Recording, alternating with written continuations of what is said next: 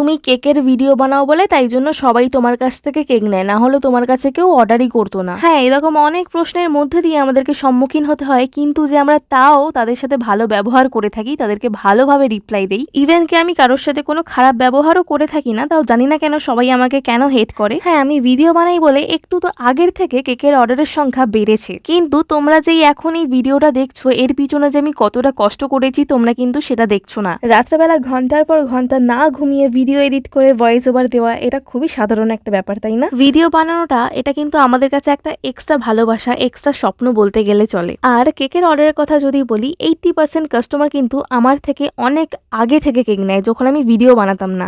Video বানাচ্ছি আমি মাত্র 1 বছর ধরে, আর কেক সেল করছি আমি 3 বছর ধরে। দেখো, তোমরা ভিডিও বানাও বা না বানাও, তোমাদের কেকের টেস্ট যদি ভালো হয় অবশ্যই তোমার থেকে সবাই কেক নেবে। যাই হোক, তোমাদের কাছে একটা কথা জিজ্ঞাসা করি, তোমরা প্লিজ আমাকে কমেন্টে জানিয়ে যেও যে আগের ব্যাকগ্রাউন্ডটা বেশি ভালো ছিল নাকি এই ব্যাকগ্রাউন্ডটা বেশি ভালো লাগছে। যাই হোক, কথা বলতে বলতে কিন্তু ভিডিওটা শেষ হয়ে এসেছে। আজকের জন্য এতটাই, আবারও নেক্সট ভিডিওতে কথা হবে।